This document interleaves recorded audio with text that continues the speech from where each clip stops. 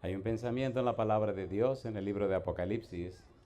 Apocalipsis capítulo 1, versículo 1. Apocalipsis capítulo 1, versículo 1, la palabra de Dios dice: la revelación de Jesucristo que Dios le dio para manifestar a sus siervos las cosas que deben suceder pronto, y la declaró enviándola por medio de su ángel a su siervo Juan. Oramos. Querido Padre Celestial, gracias por estar con nosotros en este lugar. Gracias, Señor, por la compañía de los ángeles y gracias por la dirección de su Espíritu. Gracias por cada amigo o amiga presente.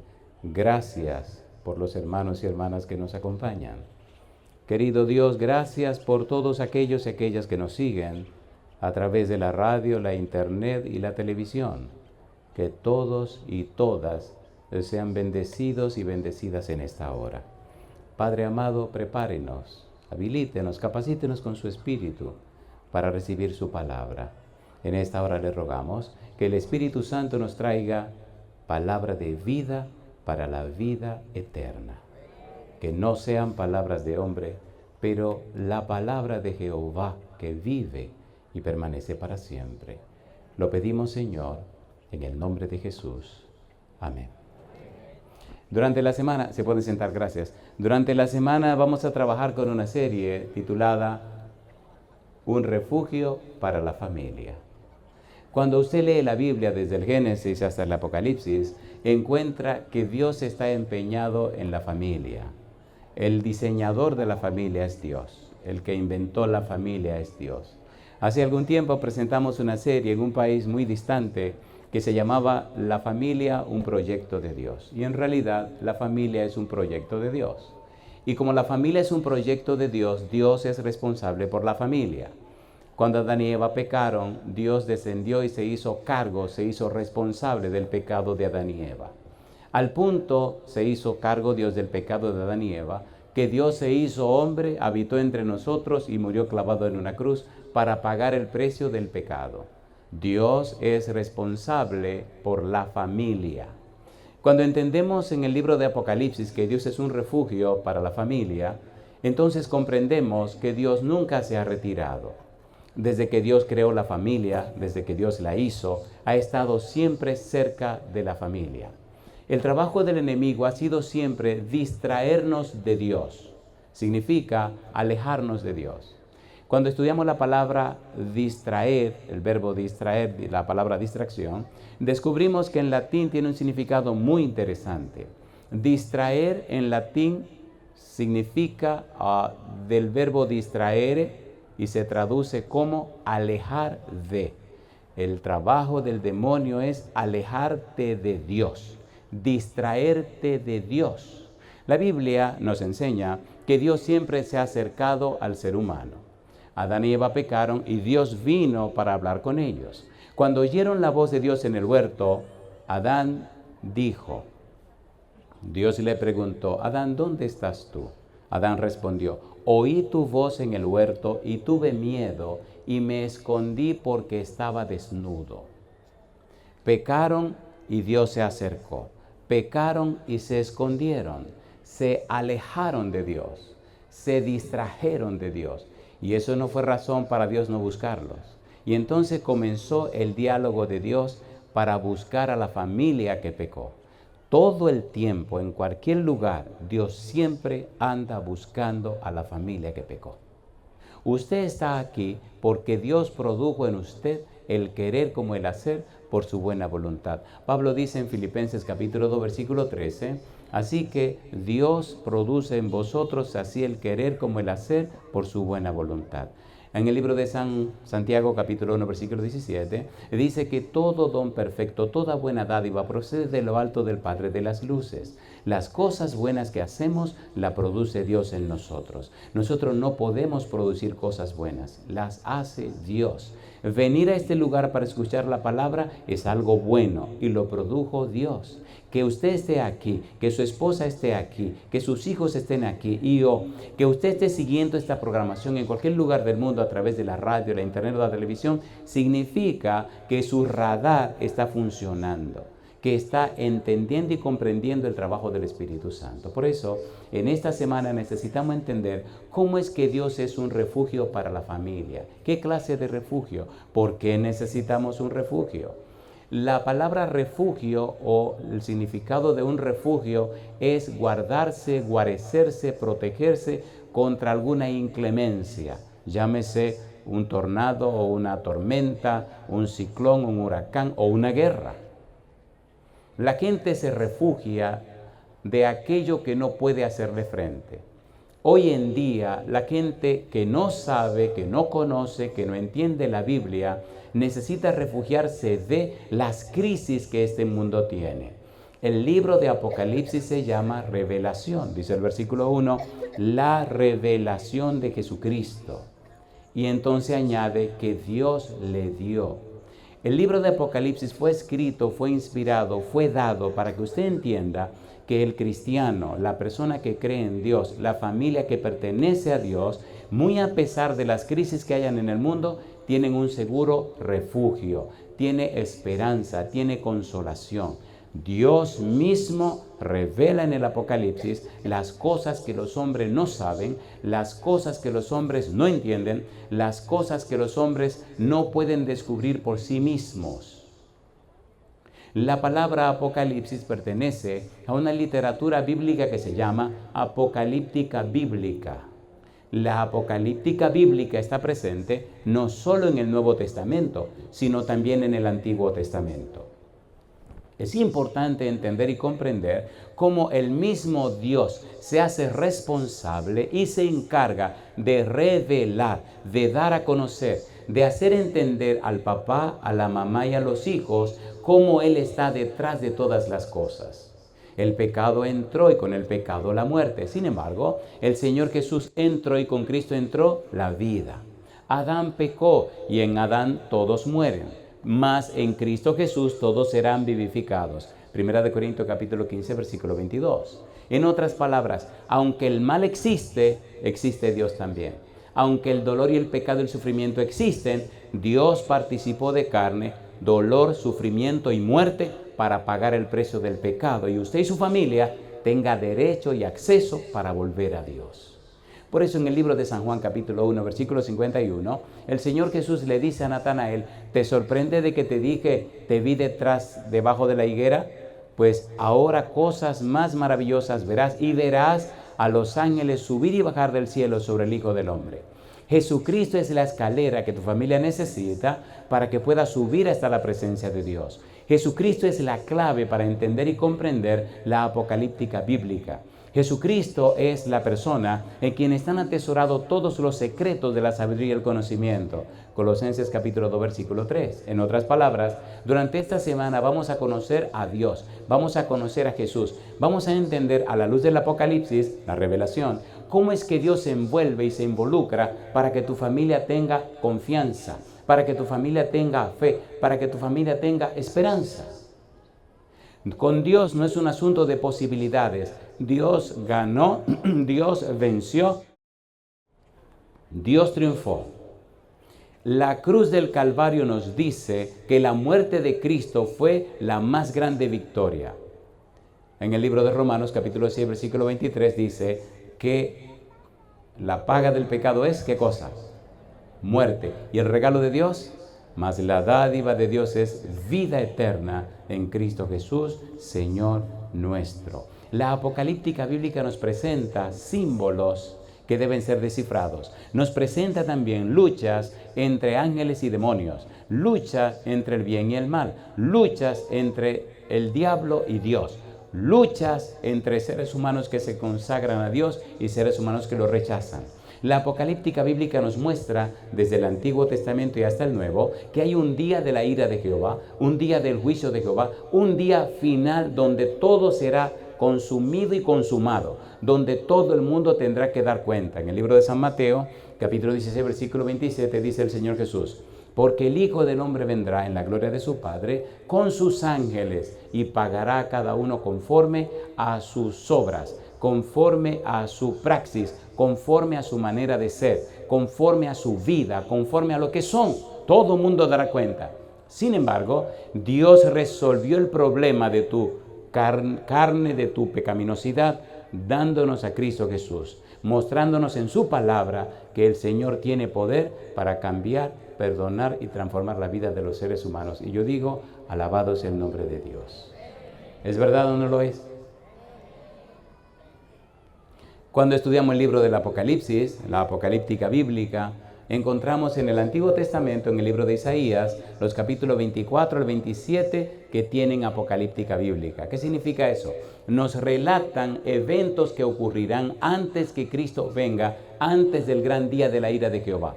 El gran día de la ira de Jehová, el gran día del juicio de Jehová, es la segunda venida de Cristo Jesús, cuando todo se consumará. Todos los malos serán convertidos en ceniza. Todos los malos quedarán muertos por el resplandor de la venida de Jesús. Solo quedarán en esta tierra de Satanás y sus demonios por un espacio de 1000 años. Pero usted y yo seremos llevados hasta el reino de los cielos. Todos seremos transformados. 1 Corintios capítulo 15, versículos 51 al 55. Los muertos resucitarán y serán transformados, los vivos serán transformados, y entonces nos iremos con el Señor Jesús al reino de los cielos.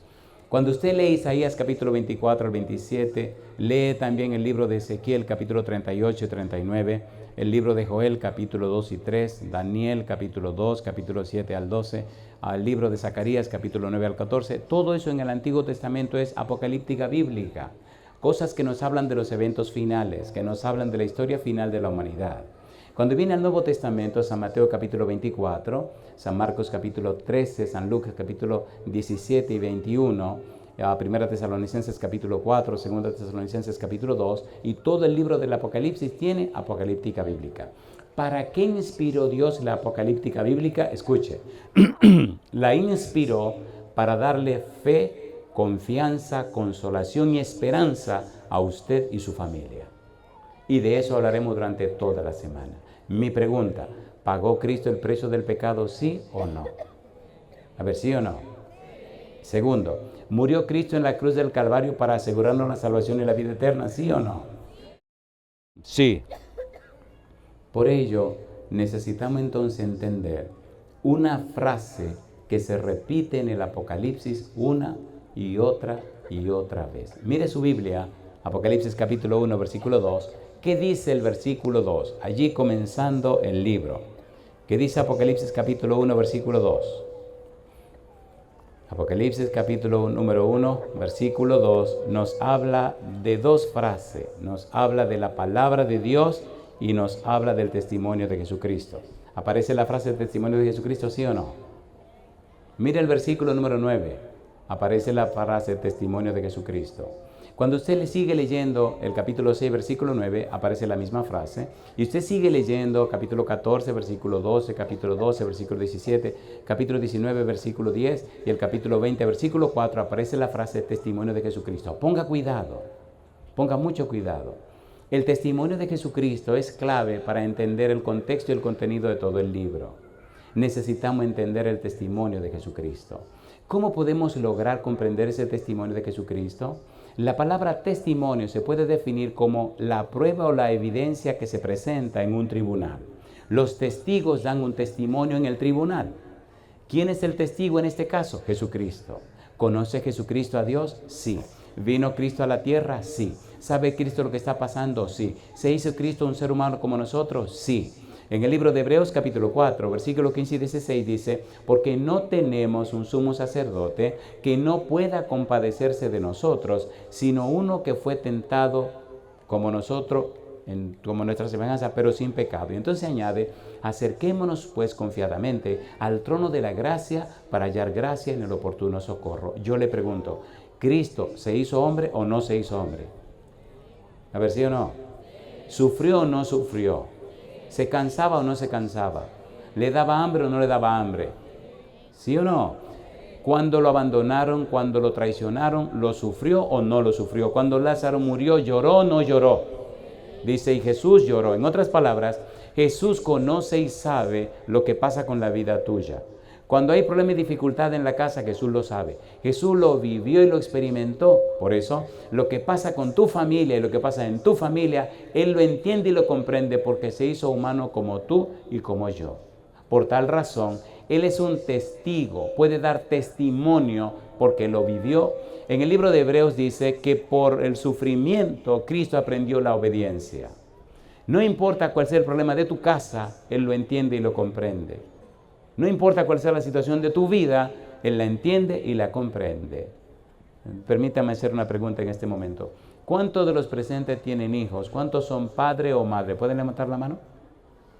Alabado sea el nombre de Dios. Nadie, querido, querida, nadie le entenderá mejor que Dios cuando usted tenga sus problemas. ¿Nació Cristo como un bebé indefenso en un establo? ¿Sí o no? ¿Sí o no? El Hijo de Dios, el dueño del universo, naciendo entre animalitos. No voy a preguntar si alguien aquí nació en un establo entre animales porque eso sería una falta de respeto. Pero, número 2, ¿creció Cristo en el peor lugar que se podía crecer, en un lugar llamado Nazaret? ¿Sí o no?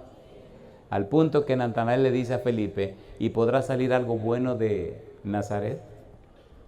Así que Cristo se crió en el peor de los lugares.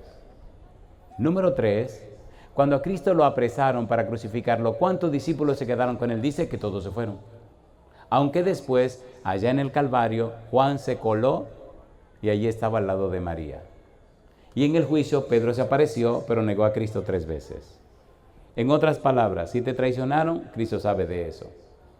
En el libro de Zacarías dice, hay una frase interesante, ¿y cuáles son esas señales en tus manos? Dice, esto me lo hicieron en la casa de mis amigos. ¿Lo traicionaron los amigos a Jesús? Sí. ¿Lo abandonó la gente que supuestamente lo quería? Sí. ¿Lo dejaron solo? Sí. Y dijo, yo no estoy solo. Aunque ustedes se vayan, conmigo está el Padre, no me deja solo. Una cosa tú puedes estar consciente, querido, querida, es que el Señor Jesús conoce y sabe cuál es tu situación. Dios lo dio todo para resolver tu situación. Y el libro de Apocalipsis nos enseña, nos instruye cómo Dios se empeña, cómo Dios se enfoca, cómo Dios se decide a hacer por ti y por tu familia lo indecible, lo impensable, para que tú tengas la confianza, la certeza, la seguridad de que Él está pendiente de tu familia. Cuando Cristo estaba clavado en la cruz, ¿te acuerdas que hubo una oscuridad terrible que la gente se metió en miedo? ¿Se acuerdan o no se acuerdan? ¿Quién estaba en esa oscuridad?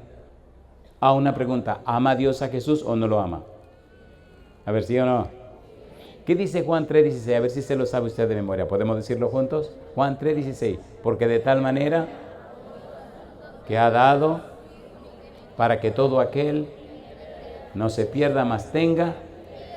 En Romanos capítulo 8, versículo 32, hay un versículo que me apasiona. Dice, porque es interesante como dice el apóstol Pablo, el que no escatimó ni aún a su propio Hijo, sino que lo entregó por todos nosotros, ¿cómo no nos dará juntamente con Él todas las cosas? Yo le pregunto, papá, le pregunto, mamá, ¿nos dio Dios a Jesucristo, sí o no? Entonces usted puede estar seguro y segura que si usted se apoya en Dios, Él se encargará en su momento de resolver cualquier necesidad que nosotros tengamos. Yo digo, alabado sea su nombre. El refugio de la familia que dice Apocalipsis es Dios. En el Salmo 91, versículo 1, ¿cómo dice? El que habita morará. Alabado sea el nombre de Dios. ¿Le gustaría morar bajo la sombra del Omnipotente? A ver, ¿sí o no? ¿Cuántos quieren morar bajo la sombra del Omnipotente? La frase testimonio de Jesús nos habla del Nuevo Testamento.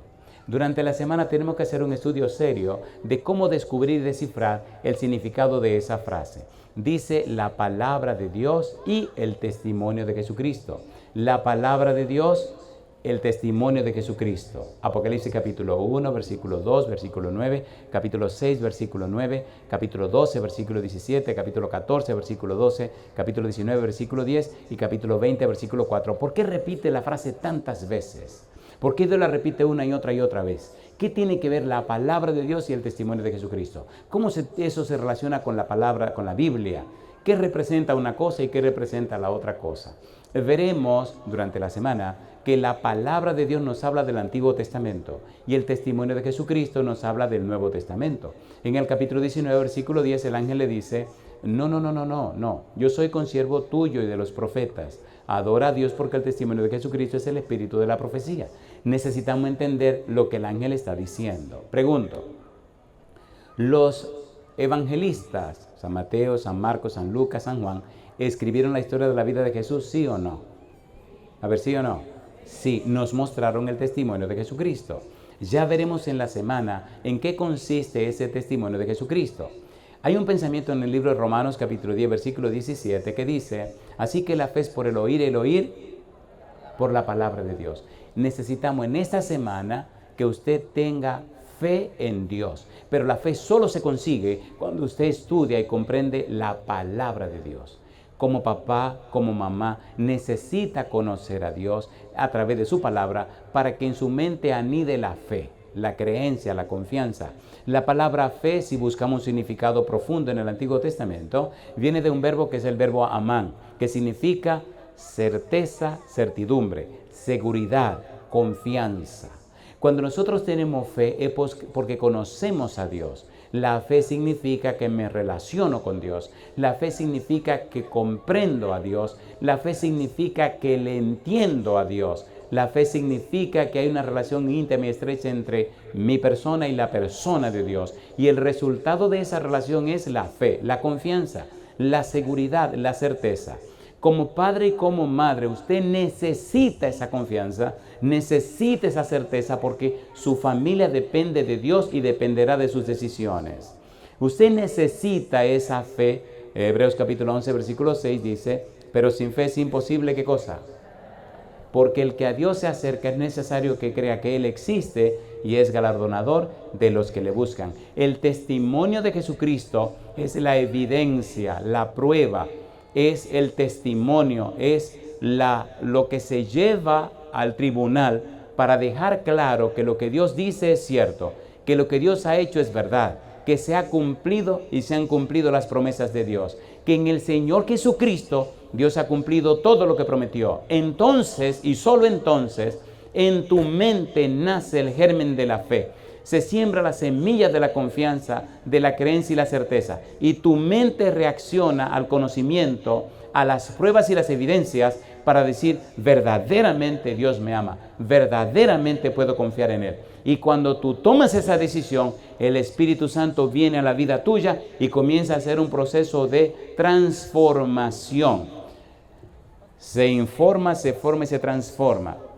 Se informa, número 1, recibe la información. Número 2, está la formación. Y número 3, la transformación.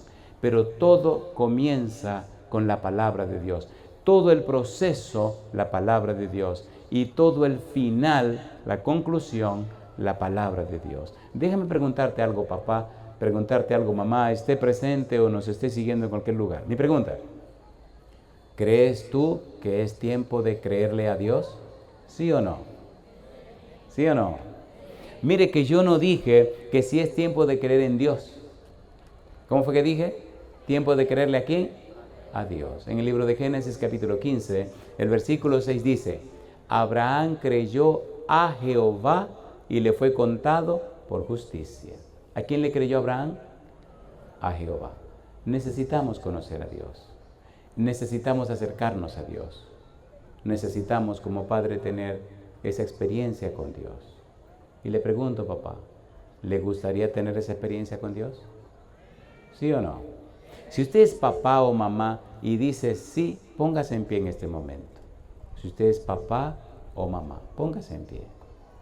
¿Quiere tener esa experiencia con Dios? En mi casa tenemos 3 hijos. Están grandecitos, han crecido bastante, pero lo que nos ha ayudado con ellos hasta el día de hoy es que tomamos la decisión de confiar en Jehová, de conocer a Jehová, de caminar con Jehová, de entregarnos a Jehová.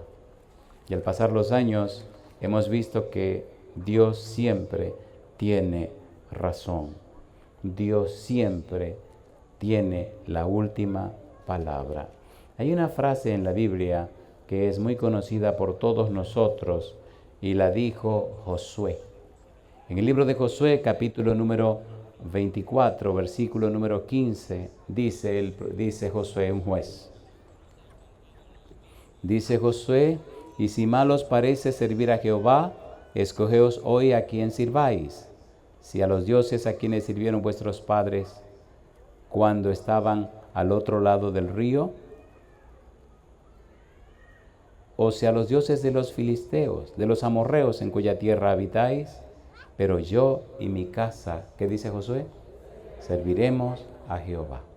¿Se atreve usted a tomar la decisión de colocarse del lado de Dios para que Dios tenga todo el derecho legal sobre su familia y sobre usted? ¿Se atreve a hacer esa decisión? Yo quiero orar esta noche especialmente por esas personas que creen en Dios, que confían en Dios y que se colocan del lado de Dios. Si usted no se coloca del lado de Dios, Dios no tiene derecho de ayudarle. Pero si usted se coloca del lado de Dios, nada ni nadie puede impedir que se cumpla en usted la voluntad de Dios. Escuche mi petición en esta hora. Yo quiero orar con usted, pero especialmente por aquellos padres y madres que hoy quieren poner sus hogares en las manos del Señor. ¿Se atreven que hagamos esa oración? ¿Están de acuerdo en hacer esa oración? Usted se atreve a decirle a Dios esta noche: Señor, le entrego mi vida y mi familia en sus manos. Haga conmigo y en mí lo que usted quiera. ¿Se atreven a hacer esa decisión? Yo no sé si hay suficiente espacio aquí, pero vamos a hacer esa decisión hoy. Tomé esa decisión cuando era un adolescente. Mi esposa se llama Esther y cuando éramos, no voy a decir cuando éramos novios porque seguimos siendo novios, mis hijos se rigen mucho, nada más dicen: usted no está muy viejo para esas cosas. Entonces le digo que no, digo, esta es la única negra linda que yo tengo, si no le doy yo el cariñito, ¿quién se lo va a dar? Y entonces se mueren de risa, pero bueno, mi esposa es mi novia todavía. Pero cuando éramos jovencitos, cuando estábamos adolescentes, tomamos una decisión. Viviríamos conforme a la palabra de Dios y viviríamos conforme a todo lo que Dios enseña. Ya pasaron los años, ya pasaron 34 años, 35 años, y hemos visto a Dios en cada detalle de nuestra vida. ¿Se atreve usted hoy a darle entrada libremente a Dios en su vida y su familia? Si usted dice que sí, entonces mire, trate de moverse conmigo aquí al frente y vamos a orar. Todo papá, toda mamá, toda persona que tiene hijo o hija y quiere poner su familia, su vida en las manos de Dios, venga al frente conmigo, vamos a orar aquí al frente. Pase al frente conmigo. No importa dónde usted venga, no importa de qué nación sea, venga conmigo. Vamos a decirle a Dios: mire Señor, hoy mi vida, mi familia, la pongo en sus manos. Hoy le doy todo el derecho de trabajar con mi familia. Le garantizo, mi amigo o mi amiga, que si usted le permite a Dios, Dios hará por usted y con usted lo que jamás imaginó. No hay problema más grande que Dios. No hay situación que pueda vencer a Dios. Lo que nos destruye es la ausencia de Dios en nuestra vida. En el libro de Isaías dice que Dios estará a nuestro lado como poderoso gigante. Gabriel dijo en San Lucas capítulo 1 versículo 37, porque para Dios nada es imposible. No importa cuál sea la circunstancia, no importa cuál sea el problema, no importa lo que esté pasando, Dios es más grande que todo. En cualquier lugar del mundo, en cualquier país del mundo, he visto tantos milagros y maravillas obradas por Dios como usted no tiene una idea. Si usted nos está siguiendo a través de la radio o nos está siguiendo a través de la internet, le invito a hacer la misma decisión. Inclusive personas que no creen en Dios, pero quieren creer en Dios. Algunas con lágrimas me dicen: pastor, yo quiero creer en Dios, pero a mí nunca me lo enseñaron. Yo nunca, ¿qué le digo? Yo quiero creer. Y entonces le hago la historia de aquel papá que trajo a su hijo al Señor. El muchacho estaba endemoniado.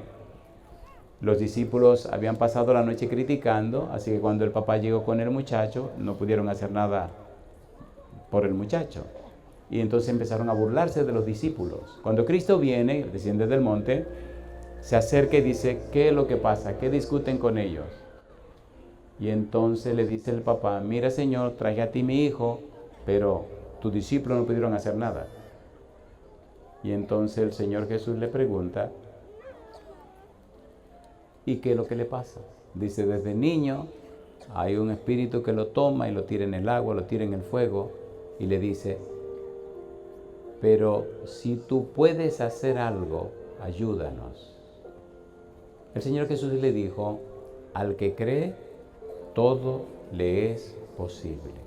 Y entonces el papá gritó y le dijo, creo, ayuda mi incredulidad. ¿Sanó el Señor Jesús al muchacho? Sí. ¿Libertó al muchacho? Sí.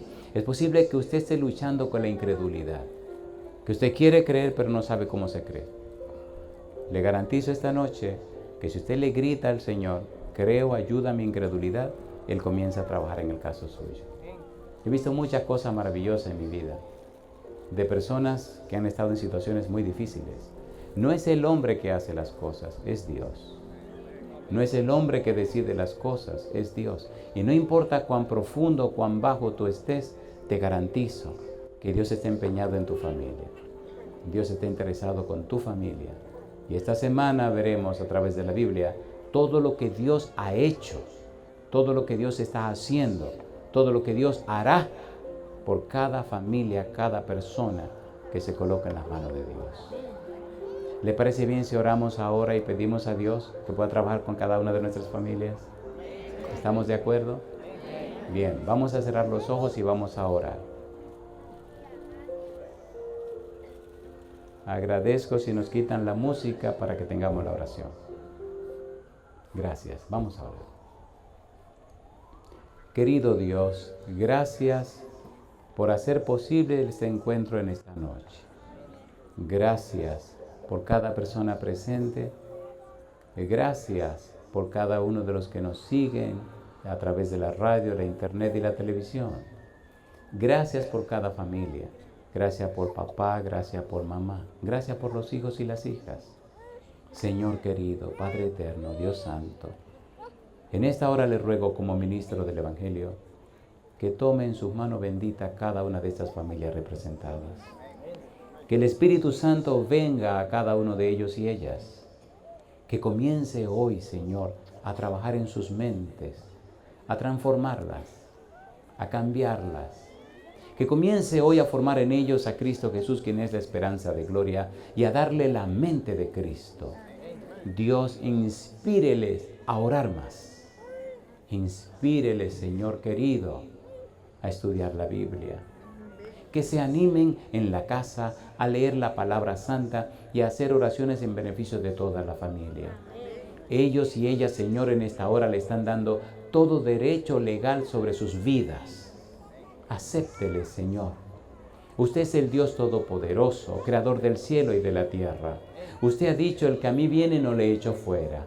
Usted dijo, venid a mí todos los que estáis trabajados y cargados, y yo os haré descansar. Usted dijo, mirad a mí y se salvo todos los términos de la tierra, porque yo soy Dios y no hay más.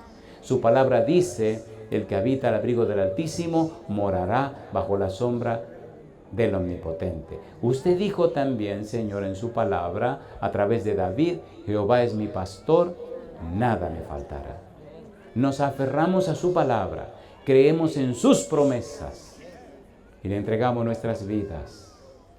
Venga a nosotros, Señor, y que el Santo Espíritu con su espada de Efesios capítulo 6, versículo 17, venga con la espada que es su palabra y rompa toda cadena que pese sobre nosotros. Que seamos liberados y libertados para la gloria de su nombre. Que seamos llenos de su Espíritu, lavados con la sangre preciosa de Jesús, vestidos con su manto de justicia y transformados con el poder del Espíritu Santo. Señor, gracias por la bendición de este día. Y gracias por la experiencia de esta semana. Gracias por estar presente con nosotros en este lugar. Y ahora, Dios, entregamos en su mano santa a cada una de estas personas y de aquellas que nos siguen en cualquier lugar del mundo.